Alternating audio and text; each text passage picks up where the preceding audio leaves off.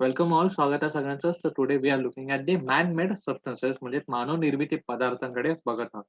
सदैव क्लासेसमध्ये आपलं सगळ्यांचं स्वागत आहे. आणि आपण 8वीच्या 17व्या पाठाकडे म्हणजे मानवनिर्मित पदार्थांकडे आपण बघत आहोत. Okay, so welcome you all. Welcome to the Sadeva classes. Now we are looking at the 17th lesson that we call as the man-made material. So, what is the meaning of the man-made substances and the what is the meaning of natural substances that we already know?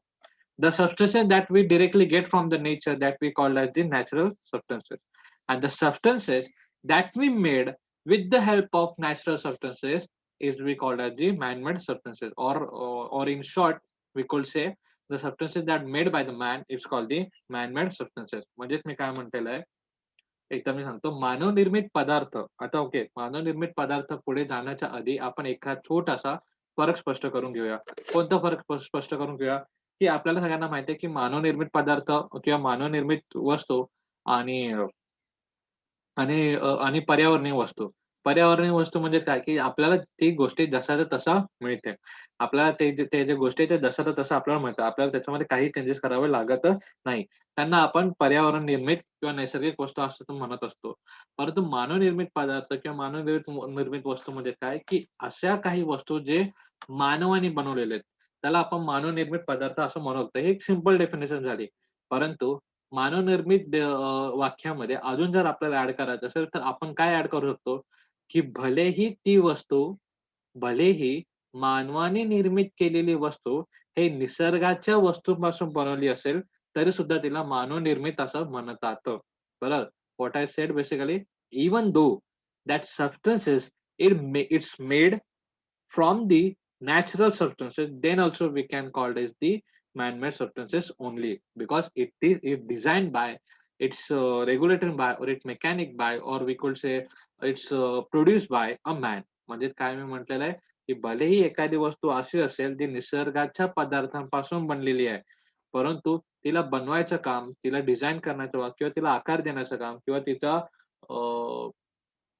घडवायचं काम हे कोणी केलेलं आहे? मानवाने करण्या असल्या कारणाने आपण त्याला मानवनिर्मित पदार्थ असं म्हणू शकतो. ठीक आहे. सो मानवनिर्मित पदार्थ आपल्याकडे किती आहेत? आपल्या आजूबाजूला बघितल्यावर प्रत्येक एक वस्तू हे मानवनिर्मित पदार्थ आहे. If we look at the if we look at or look if we look or take a look into our day-to-day life, then we will find there are so many man-made substances around us. If we talk about the small pin, from the small pin to big car, from the small pig to big machines, everything around us is a man-made substances right now. म्हणजे आत्ताच्या घडीला आपण जर छोट्याच्या छोट्या pin पासून तरी पूर्ण मोठमोठ्या मशीनापर्यंत तरी बोललो ना, तरी सुद्धा प्रत्येक गोष्टी मानव निर्मिती आहेत. मीन्स मतलब मैंने क्या कहा कि अगर हम एक छोटी सी पिन से लेके अगर पूरा का पूरा खूब बहुत बड़ा मशीन के भी बारे में अगर हम लोगों ने बात किया, तो वो सभी चीजें अभी क्या है, मानव निर्मित है, यानी इंसानों ने उसको बनाया, that is the man-made substance. ठीक है. तो अभी उनमें से सबसे इम्पोर्टेंट एक सब्सटेंसेस के पास जाते हैं जो हम लगभग लगभग हर जगह देखते हैं. Now we will look at that substances which we could see almost everywhere. We could see almost everywhere. म्हणजेच आपण आता एक अशा गोष्टीकडे बघतो, अशा वस्तूकडे बघतो म्हणजे मानवनिर्मित वस्तूकडे, की जे जेमतेम बघता आपण सगळीकडेच बघत आहोत. ओके. सगळीकडेच. म्हणजे आपण प्यायच्या ग्लास पासून ते पाणी ठेवायच्या बॉटलपर्यंत ते मोठमोठ्या मशिनीचा कव्हर, हे सगळं काय आपण प्लास्टिकमध्ये बघत असतो. तो कोणता दुसरा-तिसरा काय नाही. तो काय आहे? प्लास्टिक आहे. तो काय आहे? प्लास्टिक आहे. तर बघा, प्लास्टिक हा एक असा एक मटेरियल आहे, तर plastic is such a material which is we could say the light weighted, long lasting, and less we could say the less its expenditure is less. म्हणजे काय, त्याचा खर्च कमी आहे. तो जास्तीत जास्त टिकतो आणि प्लस लगेच अवेलेबल होऊ शकतो. So these are the see, the man-made material shows in the property and the plastic and made up of the organic polymers is plastic. The structure of the plastic is not same. Some of the linear while some other the circular. म्हणजे प्लास्टिकचे आपण वेगळ्या हवे तसे आपण वेगळे काय करतो, आपण आकार बघतच आहोत. बघा, थर्मोसेटिंग प्लास्टिक आणि थर्मोप्लास्टिक.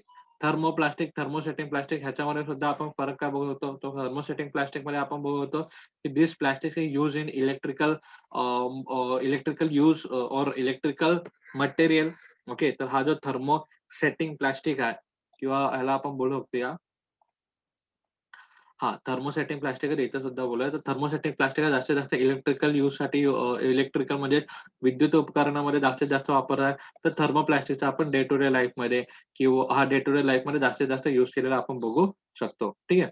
तर बघा ह्याच्यामधून आपण पुन्हा एकदा बघूया. See what what they have seen us depending upon the effects of it, this plastic can be classified into the 2 types. म्हणजेच काय की त्यांच्यावरती परिणाम होणाऱ्या ऊर्जेवरून, त्यांच्यावरती परिणाम होणाऱ्या हिटवरून आपण 2 प्रकारचे त्यांचे भाग केलेले आहेत. पहिला कोणता आहे? तो first one is the thermoplastic. पहिला आहे थर्मोप्लास्टिक. जो पॉलिथिन, पी आपण जे टॉयज वगैरे इस्तेमाल करायला किंवा toys, comps, plates, balls ball म्हणजे आपण बोलत होतो की खेळणी बनवायला, कंगई बनवायला, अ, जेवायचे ताटं बनवायला, बाउल बनवायला, अशा प्रकारचे जे काही वस्तू बनवण्यासाठी जे काही प्लास्टिकचा यूज होतो, त्यांना बेसिकली आपण काय म्हणतो थर्मोप्लास्टिक म्हणत असतो. परंतु दुसरे काही प्लास्टिकचे असे असतात, की त्यांच्याकडून अ, अ, असे काही प्लास्टिक असतात, की ज्यांना गरम केल्यानंतर त्यांचा आकार काही बदलत नाही. त्यांना गरम केल्यानंतर त्याचा काही आकार बदलत नाही. बघा आपल्या घरी जर प्लास्टिकचा जो चम्मच असेल किंवा प्लास्टिकची कोणतीही गोष्ट असेल, ती जर गरम झाली तर तिचा आकार बदलतो. ती जर गरम झाली तर तिचा आकार बदलतो आणि ती प्लास्टिक काळं सुद्धा पडतं. But there are some plastic which is used in we could say the electrical material. Okay, electrical purpose म्हणजे मी काय म्हटलेलं आहे, अशा प्रकारचे 2 प्लास्टिक असतात. जो पहिला प्लास्टिक असा आहे, की ज्याला आपण गरम तरी केलं तरी तो काही काळा होत नाही. It's not getting darker and as well as it's not और they can not change their shape. Okay. That is the thing. If we talk about the another one, if we talk about the another plastic is the strongest plastic that we call as the thermosetting plastic. That we call as the thermosetting plastic, which most of the time used in the ते काय ग electrical मग ठीक है. Yes. So here is the thing. See, तो इससे क्या रहता है दो तरह के प्लास्टिक हम लोग यूज करते हैं लेकिन प्लास्टिक ही क्यों? Because of its property. Plastic does not corrode and it does not decompose. It is easily affected by the because it is not affected by the humidity, heat, rain, etc. The items of the color can be made from it. Items of any color can be made of it. It can be molded into the any shape due to the property of plasticity, but it is bad conductor of heat, electricity, being a lightweight and easy to carry. म्हणजे बघा plastic हा जास्तीत जास्त का वापरण्यात आलं? Why do we use the plastic more? आपण का प्लास्टिक वापरतोय जास्त? जे मी तुम्हाला बोललेलं पहिली गोष्ट सर्वात स्वस्त आहे. जास्त काळ दीर्घकाळ तो टिकतो. दीर्घकाळ टिकतो म्हणजेच काय, की त्याच्यावरती उष्णता, हवा, अन्न, पाणी किंवा आर्द्रता ह्याच्यात त्याच्यावरती काही फरक पडत नाही. त्याचे विघटन सुद्धा होत नाही. ज्याप्रमाणे मातीचे आणि एखादा जर वस्तू असेल, ओके. एखादी वस्तू इफ सपोज ती वस्तू आहे लाकूड किंवा एखादा माणूस असेल, तर माणसाला जर आपण असंच ठेवलं, ओके. किंवा एखादा कुत्रा असेल किंवा एखादा उंदीर असेल, तो जर आपण असंच ठेवला, तर काही 7-8 दिवसानंतर आपण बघू तर त्या ठिकाणी आपल्याला मातीमध्ये कन्व्हर्ट झालेला तो दिसू शकतो. मतलब वो कुजना डिकंपोज होत आहे. म्हणजे त्याचं विघटन होतं. परंतु प्लास्टिकचे विघटन होत नाही. Plastic can not be decompose. That's why it is long lasting. म्हणजे प्लास्टिक हा दीर्घकाळ वर्षानुवर्ष आणि सध्या तो चालत राहतो.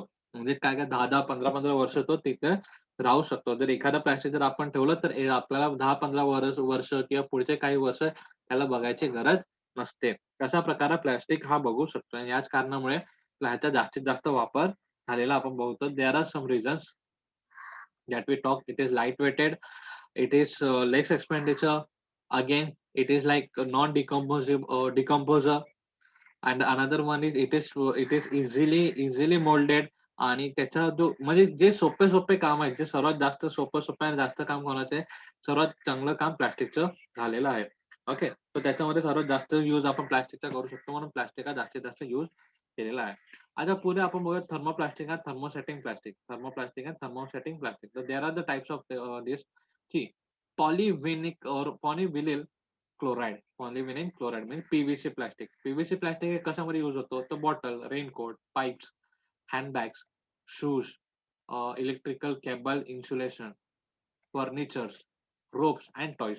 तर इथं काही सम टाइप्स ऑफ प्लास्टिक दिलेले आहेत. थर्मोप्लास्टिक आणि थर्मोस्टॅटिक प्लास्टिक ह्याच्यामधले काय दिलेले आहेत, की जे बेसिकली कोणत्या ह्याच्यामध्ये यूज होतात ते आपल्याला सांगितलं. आता पीव्हीसी म्हणजेच पॉलिविन अ, अ, पॉलिव्हि पॉलिव्हिनाइल क्लोराइड पॉलिव्हिनाइल क्लोराइड हा प्लास्टिक म्हणजे पीव्हीसी प्लास्टिक हा आपल्याला पाईप वगैरे, रेनकोट वगैरे ह्याच्यामध्ये यूज झालेला बघू शकतो.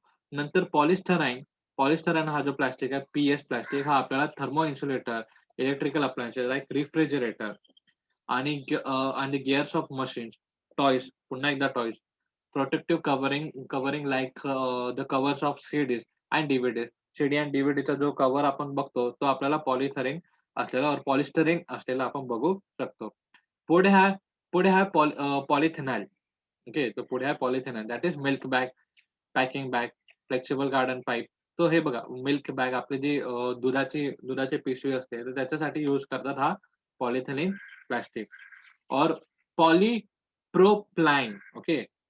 पॉलीप्रोप्लाइन प्लास्टिक म्हणजे पीपी plastic. It's a part of the loudspeaker and vehicle, ropes, नंतर आपण मॅट्रेस, लॅबोरेटरी अप्लायन्सेस म्हणजे जास्तीत जास्त या काळासाठी किंवा या गोष्टींसाठी त्याचा यूज होतो. म्हणजे कोणते लाउडस्पीकरमध्ये, वाहनातील भाग, नंतर आपण बोलत होतो की दोरदंड, टामट्या, नंतर त्याच्यासोबत प्रयोगशाळेतील उपकरणं बनवायला पॉलीप्रोपिलीन, पॉलीप्रोप्लाइन किंवा पिलीन आपण बोललो तरी चालेल. ओके. ह्याचा हा जो प्लास्टिक आहे जास्तीत जास्त यूज होतो. तर सगळ्यांचं प्रोनाउन्सिएशन पुन्हा एकदा घेतो. पॉलीविनाइल क्लोराइड, पॉलीविनाइल क्लोराइड म्हणजे काय पीव्हीसी प्लास्टिक. पॉलीस्टेरीन म्हणजे पीएस प्लास्टिक. नंतर पॉलीइथेलिन पीई प्लास्टिक. नंतर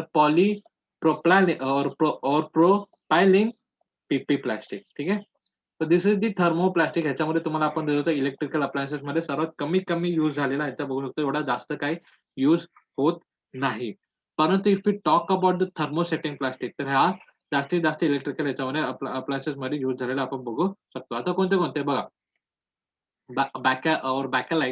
बॅकलाइट combines or sorry cabinet of radio, TV, telephone, electrical switches, toys, covering of the handles of cookery. म्हणजे बघा, ज्याच्यावरती जास्तीत जास्त थर्मोसेटिंग म्हणजे काय, की ज्याच्यावरती उन्हात गरमीचा जास्तीत जास्त वापर होत नाही, त्या ठिकाणी या प्लास्टिकचा जास्तीत जास्त उपयोग होतो. त्याच्यापैकी बॅकेलाइट जो प्लास्टिक आहे, त्यांचा बघा कुकरचा जो हँडल असतो काळ्या कलरचा आपण बघतो, तो बनवण्यामध्ये, नंतर टीव्हीला बनवण्यामध्ये ह्याचा वापर जास्तीत जास्त होत असतो. नंतर आहे मेलामाइन. नंतर आहे मेलामाइन प्लास्टिक. मेलामाइन प्लास्टिक हा कुठे यूज होतो? तर domestic useful like the cup, saucer म्हणजे काय सॉसर वगैरे, ट्रे वगैरे बनवण्यासाठी त्यांचा यूज जास्तीत जास्त होत असतो. कारण कप वगैरे असतं, कपमध्ये आपण गरम-गरम चहा टाकतो, तर गरमीचा त्याच्यावरती जास्त परिणाम पडला नाही पाहिजे यासाठी तो असतो. नंतर पुढे आहे पॉलीयुरेथिन. पॉलीयुरेथिन म्हणजे काय? सफरिंग बोर्ड, स्मॉल बोर्ड्स, त्याच्यानंतर आपण बोलतो सफरिंग बोर्ड्स, स्मॉल बोर्ड्स किंवा फर्निचर, सीट्स आणि व्हेइकल त्याच्यामध्ये बोलू शकतो. नंतर पॉलिस्टर फायबर ग्लास, टेक्सटाईल इंडस्ट्रीमध्ये कापड बनवण्यासाठी सुद्धा पॉलिस्टरचा वापर होतो. पॉलिस्टर कॉटन आपण जे बोलतो किंवा पॉलिस्टरचा कपडा आहे, असं त्याला कोणाला म्हणतो? तर बेसिकली प्लास्टिकच्या कपड्याला आपण त्याला म्हणत असतो. ठीक आहे. So there is the use this is the use की ह्याच्यामध्ये प्लास्टिक हा जास्तीत जास्त वापर केला जातो आणि it is the one of the greatest invention of the man म्हणजे मानवाने निर्माण केलेला सर्वात मस्त आणि इम्पॉर्टंट एक वस्तू असं बोलू शकतो. पण त्याचे काही साइड इफेक्ट्स असलेले दॅट वी कुड सी. म्हणजे काय? की man has made the plastic that is his very good invention because it's available to all. It's affordable from all. It is like last longing, so you can use it regularly and more and more. And it is so much affordable that the poor people or the poorest person can afford that thing. म्हणजेच मी काय म्हटलं की plastic हा असा invention होता माणसाचा की जो गरीबातला गरीब व्यक्ती सुद्धा वापरू शकतो. जास्ती काळ टिकून राहू शकतो. त्याच्यानंतर आपण बोलतो की सहजरित्या मिळणारा ही गोष्ट आहे. परंतु, परंतु त्याचे जे साइड इफेक्ट्स आहेत ते सुद्धा आपल्याला बघणं गरजेचं आहे. बघा, प्लास्टिकला कुजण्यासाठी किती वर्ष लागतात? हजारो वर्ष लागतात. प्लास्टिकला विघटन होण्यासाठी म्हणजे डिकंपोज होण्यासाठी, डिग्रेडेशन होण्यासाठी how much years it needs? It's needs the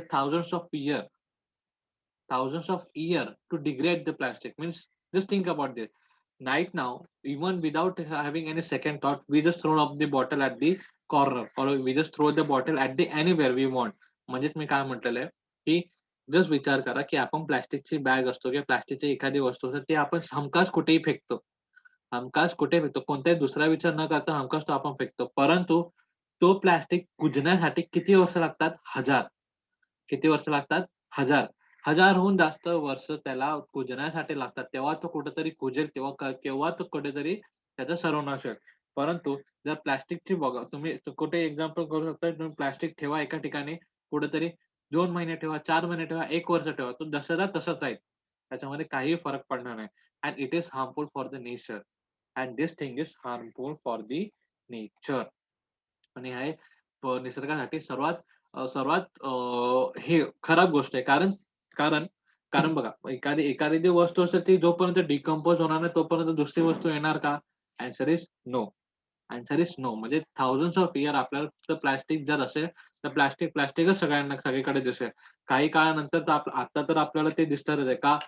नदीमध्ये बघा, नाल्यांमध्ये बघा, एखाद्या गडावरती तुम्ही जाल, everywhere you go, you will find the plastic objects thrown everywhere. म्हणजे तुम्ही कुठेही जाल तर तुम्हाला प्लास्टिक बॅग इकडे-तिकडे फेकलेली आपल्याला दिसू शकते. But this is not the good. Okay, this is not the good. And the same goes for the thermocol. So दुसराच आपला टॉपिक आहे थर्मोकॉल. म्हणजे प्लास्टिक चांगलं आहे आणि थर्मोकॉल खराब आहे, प्लास्टिक खराब आहे आणि थर्मोकॉल चांगला आहे असं आहे का? No. It is also bad. तो सुद्धा तेवढाच खराब आहे आणि थर्मोकॉल सुद्धा तसाच आहे. थर्मोकॉल सुद्धा प्लास्टिकचेच काही गुणधर्म घेतलेला किंवा प्लास्टिकचाच एक दुसरा भाव आपण बोललेला असं जर बोललं तरी सुद्धा चालेल. तर thermocol is nothing but the plastics brother. If we talk like this or if we define him like this, then also it will be okay because it's also take the thousands of years to decompose. But here, when we burn the plastic or when we burn the thermocol, the what we could say, the poisonous gas come out from that thermocol or the plastic. म्हणजे मी काय म्हटलेलं आहे, की जर आपण plastic आणि thermocol यांच्यामध्ये कोणताही भाग जर आपण जाळायचा प्रयत्न केला, यांच्यामधलं कोणताही एक वस्तू जर आपण जाळायची कोशिश केली, की हां ठीक आहे, now we know about this, की this can not be decompose. Anyhow, it will took the thousands of years to decompose. But for the decompose, if we use the burning practice, then it will be very big stupidity of ours. म्हणजेच मी काय म्हटलेलं आहे, की जर आपल्या आता आता या पॉइंटला आपल्या सगळ्यांना माहिती आहे, की प्लास्टिक आणि थर्मोकॉल हे काही यांचं विघटन लगेच होणार नाही. यांना हजारो वर्ष लागतील विघटन व्हायला. परंतु त्याचा सोपा मार्ग जर आपण त्याला जाळायचा प्रयत्न केला किंवा प्लास्टिकचा किंवा आपण बोलतो थर्मोकॉलला जर जाळायचा प्रयत्न करतो, तर